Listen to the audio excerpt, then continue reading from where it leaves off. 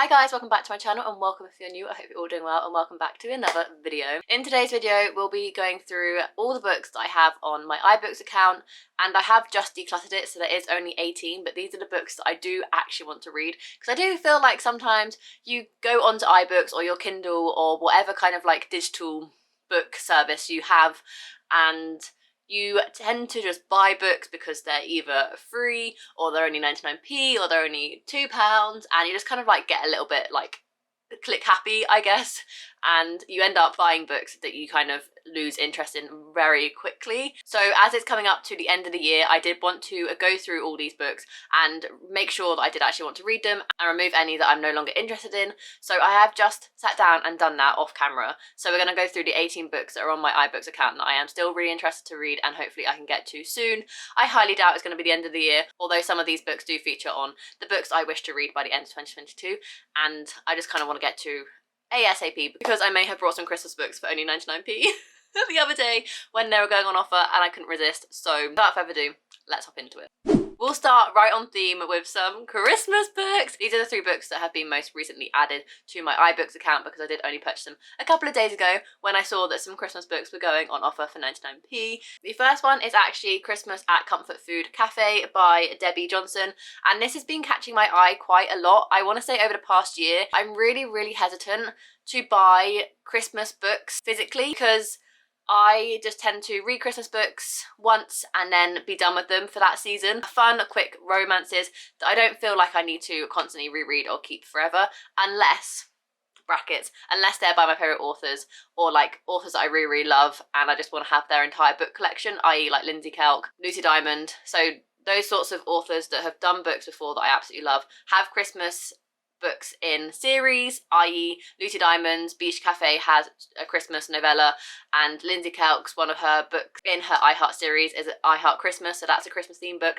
But like standalone books that I have from authors that I haven't read before and I'll only ever read one time, I don't tend to like buying physically because I most likely 90% of the time will end up unhauling, so I don't want to waste my money in that kind of area. So when I saw this book, going back to the actual topic, when I saw this book going for 99p, I thought, why the hell not? I never have to own it physically. I am interested in reading it. It's only good for 99p, so why not? It basically just read the synopsis and it's a novella.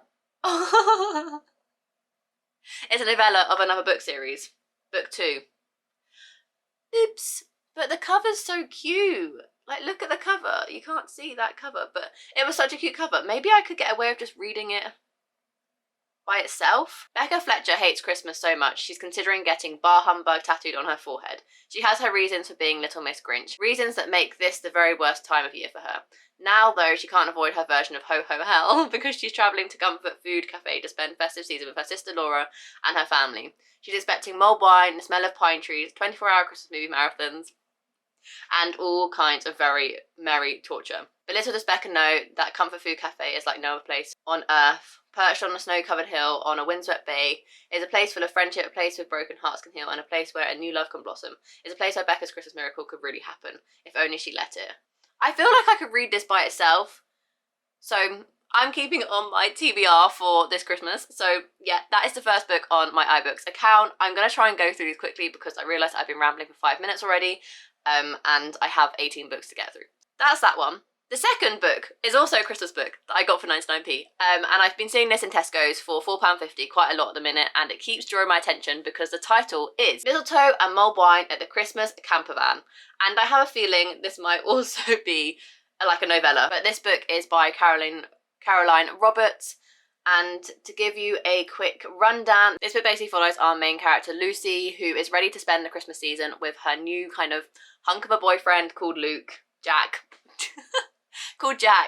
who is the owner of a cocktail camper van by the coast. But there's a twist to their romance when Lucy's ex shows up. So I think this isn't a novella, this is an actual full-length novel that sounds really good. Hopefully some steamy scenes, hopefully some good festive activities, and yeah, just a whole lot of Christmas fun. I'm excited for that one. I do love a romance, so combining it with Christmas, which is my favourite time of year, I will never say no. And now the last Christmas book that I brought for 99p on my iBooks account recently is the Christmas Bookshop by Jenny Colin. I wanted to read this book so much last year, but it only came out in hardback, and like I've prefaced before, I don't like buying physical books or Christmas stories for Z reasons. So I was like, no, I can't buy it. I really can't buy it. And even the ebook version was the normal price of a paperback, and I just couldn't justify it. I was like, I can just read next year. And lo and behold, it was only 99p on my iBooks account, so I snagged it up. I'm so excited to read this. The cover just drew me in instantly, and Christmas, bookshop, romance. What more could you want? And this book basically follows our sister duo, Carmen and Sophia. Carmen has just lost her job because the department store that she works at is closing, and she's very reluctant to ask for help. So when her sister lets her know that a bookshop in Edinburgh needs its help with a flat above the shop so that the person in the bookstore can work there kind of like full-time and look after it and live above the shop, she's reluctant to go and help, but she ends up doing so, and therefore ends the Christmas season working at this bookshop, and it just sounds magical. So those are all the Christmas books that I'm planning on reading this year that are on my phone. I do have a few other Christmas books physically, but those are the 3 that I'm really hoping I can get around to in December during the Christmas season. So moving on to the rest of the books, I'm going to try and fly through these as quickly as possible. Some of them you guys will know, so I won't give synopses, but because those books I feel like aren't really talked about on BookTube, I wanted to let you guys know what they're about. But the next book that I have on my iBooks account that I really want to get to ASAP, but will most likely be next year now, is Booked on Feeling by JC Lee. If you didn't know, JC Lee wrote The Sweet Mess, which I read last year and absolutely loved. It's a food-based romance that just had steamy scenes. The sexual tension was incredible. It was so well written. I loved both of the love interests, and it was just an all-round amazing book. I have it physically here. Read it. If you don't know about it, look into it. It's incredible. So she wrote The Sweet Mess, and then the sequel to that, The Dating Dare. I didn't love that one as much, but it was like a spin-off. It's like a little bit of a companion series. And Booked on a Feeling is also part of the same series, but follows different characters. So I do really want to read this. Hopefully I can read it soon, but it'll most likely be next year now. The next one I have is Only When It's Us by Chloe Lees, and I heard this book get recommended because Lily from Literary Lily is obsessed with this author and has read everything that she has written, and they're all part of the same series. They're all companion books. This is the first one that I asked her personally to recommend to start with, and when I saw it on iBooks for 99p, just another preface, I don't tend to buy ebooks on my phone unless they are $3.99 or under. Most of them are always 99p, just to let you know. These deals come and go, so not all of them will still be 99p, just to let you know if you do go looking for these. And also iBooks and Kindle usually sync when it comes to deals, so just preface that as well. So I had to grab this one when it was only 99p, and I'm really excited to read it. All Chloe Lees's characters are neurodivergent, I believe. And I think this one follows a main character with autism. I don't know much more than that, apart from that it's raved upon by Lily, and I trust Lily's recommendation. Next one I've heard no one talk about, but once again, it was only 99p. It had a cute cover. It was a romance. It sounded fun, so I got it because I love the title. And it's called The Cone and Only. And it's a romance set in an ice cream shop, and it's by an author called Suzanne Nix, and it just sounded so cute. And the trope the book follows is the fact that both of these main love interests are pining over each other, both think that they hate one another, but they really don't. They both love each other, and romance ensues from there. I don't particularly love this trope, but I'm willing to give it a go because it's set in an ice cream parlour. The next one I have isn't so much a romance, but it's still under the contemporary genre, and that is Nora Goes Off Script by Annabelle Monaghan. And this book basically follows our main character, Nora, per the title, whose job it is to write romance for film scripts.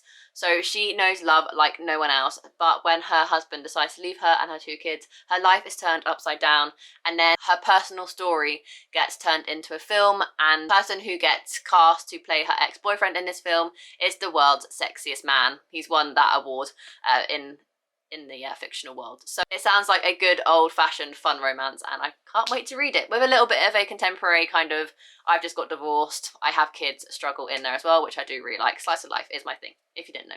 Hi. The next book I have is Counterfeit by Kristen Chen, and this book is a book that I found through Rachel Catherine's channel. She's an Australian kind of lifestyle booktuber. She does a lot of book content, reading vlogs, TBRs, wrap-ups, but then also just does weekly vlogs.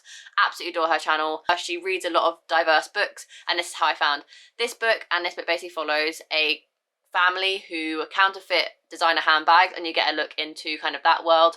And it just sounded really interesting, something that I'd never really seen in books before, like this counterfeiting like luxury handbag sort of plot. So I was just intrigued. I saw it for 99p. I picked it up. Now the next one, I'm so excited to read. I can't believe I still haven't read it, and that is A No-Show by Beth Leary.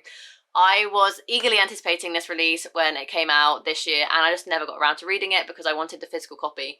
However, the physical copy, when it first gets released, is always a hardback, and I don't particularly love reading hardbacks.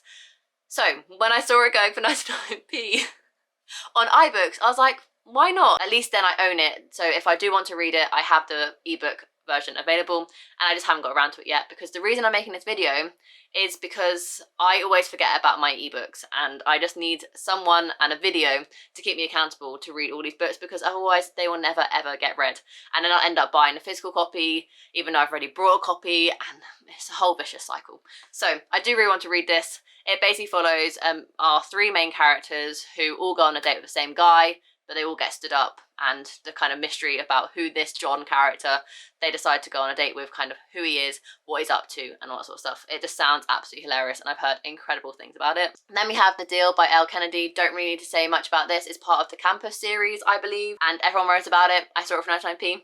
I picked it up. What's new? Oh, another Christmas book. One I brought last year but never got around to reading because it's the same author as 12 Dates of Christmas, Jenny Bayliss. She came out of a new book last year called The Winter of Second Chances. I got this because I thought I was going to love the 12 Dates of Christmas, but I tried reading it twice and I could never ever get into it, so I DNF'd it and then unhauled it. And now I still have this book on my ebook TBR that I'm kind of like, do I read it? Is the reason I didn't like 12 Dates of Christmas because of the writing style? Was it because of the plot? I don't know. Will I ever read this book? I don't know. Do I know what it is about? No, but it's on there. It's a Christmas book. It's a romance. It was 99p. I picked it up. We then have a book that I do want the physical copy of, but I brought it just in case I never get around to buying the physical copy, but that is highly, highly unlikely because it's Mike Gale, and that's All the Lonely People. And I love Mike Gale. He is one of my favourite authors. I have read two of his books now, two of his books. I own another book of his that I haven't read yet, and I just know that I'm going to love every single book that he writes. So when I saw All the Lonely People going for 99p, I picked it up. What can I say? This book basically follows, because I have tried to start reading it, but I just couldn't get into it. Basically follows our main character who's quite elderly, and he lives alone, and his only family member, his daughter, lives across the pond in Australia, and they have weekly phone calls. But during these weekly phone calls, Hubert, I believe his name is, has a notebook of all the lies he's told his daughter to make her believe that his life is absolutely fine, to not feel guilty that she's gone over to Australia to live and that he can take care of himself. He's made up friends. He makes up these whole storylines about what his friends' lives are like, just to make her feel like he's not alone. But really, when the phone goes down, all he does is sit in his armchair all day, and he's really, really lonely.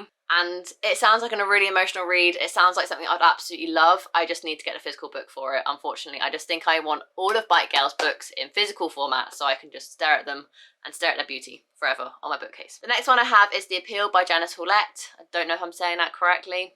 Don't mind me. But everyone was raving about this book. I saw it for 99p. I picked it up. It's a murder mystery book that is told in multimedia, so emails. I think the entire book is said through emails and told through emails. So it sounds really, really interesting. However, I tried to read it as an ebook, and I don't actually think ebook format is the way to go with this book, purely because it is told in multimedia, and I feel like you just need like a physical book to hold so you can see when emails start and stop. So that's my reasoning that I haven't read that book yet. The next one I have is Red, White and Royal Blue by Casey McQuiston. I have not read a Casey McQuiston book yet. I just don't think her books are for me, but I got held up into the hype of this book when it first came out. So I purchased it when I saw it on offer on iBooks. It's a royalty romance, I believe, LGBTQ. I think everyone knows what this book is about. I have yet to read it. I think I'm the only one who hasn't read this book yet. And then we have a book called The Best Is Yet to Come by Katie Collins, and I haven't heard anyone speak about this book, and if I don't hear people speak about the books, I tend to put them off for quite a while. However, this book does sound really interesting to me. It says, Sometimes it's the things we don't say that we need others to hear the loudest. Izzy has always taken everything in her stride, but motherhood is proving more difficult than she thought. She keeps telling herself it's just a phase, but the dark clouds are starting to appear. Neighbourhood and widower Arthur might be in winter in his life, but he's not ready to be packed up to a care home. He's determined to do things his way. When Izzy hears about Arthur's big move, she offers to help, but Arthur isn't telling her the whole story. It takes courage to admit you need a friend when you feel invisible. All you need is a ray of hope. After all, what if the best is yet to come? And Mike Gale has blurbed it saying emotional and heartwarming, and if Mike Gale has blurbed it with emotional and heartwarming when all of his books are emotional and heartwarming, I have complete trust in his words, and I feel like I'm going to really, really enjoy this book when I get around to it, which is, I don't know. And the last couple of books I have on here, the first one is Take a Hint, Danny Brown by Talia Hibbert. Everyone knows what this book is about. It's fake dating. I didn't like Get a Life, Chloe Brown. But everyone was like, yeah, but Take a Hint, Danny Brown is fake dating, so you're going to love it because you love fake dating, Rachel. And I'm like, yes, I do like fake dating. So when I saw it for 99p, I picked it up just in case. I felt like I wanted to read it. That day has yet to come, but it's on there just in case. And the last one I have is Paige Toon's, one of her newest releases, I believe. I'm kind of getting a little bit lost of all her releases. I feel like she releases like 2 books a year. It's baffling to me, but this is one of her more newer releases, like 2020s, this era, and that is If You Can Go Anywhere. And I just picked it up because I love Paige Toon, and I was like, why not? Because it was going for cheap. That's me. If it comes to iBooks, I will just buy things when they're cheap, because why not? You could get 9 books for the price of 1 physical book. Why wouldn't you? Even if you hated the book, you're only wasting 99p. Doesn't seem too bad in my opinion. But If You Could Go Anywhere basically follows, I'm going to have to read it to you because I don't actually know. Angie has always wanted to travel, but at 27 she has barely stepped outside the small mining town where she was born. Instead, she discovers the world through stories told to her by passing travellers, dreaming that one day she'll see it all for herself. When her grandmother passes away, leaving Angie with no remaining family, she is ready to start her own adventures. Then she finds a letter revealing the address of a father she never knew, and realises instantly where her journey must begin. Italy. As Angie sets out to find the truth about her family, her past, and who she really is, will mysterious and reckless Italian Alessandro help guide the way? This just reminds me of the blurb of Love and Gelato. So, I didn't like that book. I tried to give it a go, got about 50 pages in, wasn't keen. So, hoping, because I love Paige Toon's writing, I'll enjoy this one a lot more. And that, guys, are all the books on my ebook TBR on my phone that I want to read. Hopefully, maybe you found some new books that you want to go check out from this video, but more so it's just, this video was more just to keep myself accountable to make sure that I actually do read these books. Maybe I'll come back in a year or so and see if I've actually read any of them. Maybe that can be a little challenge. Maybe I have to read 1 book a month. There are 18 books in this list, so it'll be a bit more than 1 a month, but possible challenge. Give this video a thumbs up if you would like to see that challenge, and then we can revisit this video in a year to see if I've completed it, maybe, potentially. So let me know what books you have as ebooks that you want to get to as soon as possible. Let me know how your reading is going for the end of the year, what books you want to try and complete before the end of 2022. Guys, I feel like I'm going to be 50 before I know it. And with that being said, I'll leave you guys to it. If you enjoyed this video, make sure to get talking too quickly, Rachel. If you enjoyed this video, make sure you give it a massive thumbs up and subscribe down below to see more future content from me. I do anything from booked videos, lifestyle videos, weekly vlogs, reading vlogs, weekend vlogs. Anything you can name, I probably have it on this channel, so make sure you subscribe so you don't miss any more future uploads. And with that being said, I'll see you in my next video. Bye, guys.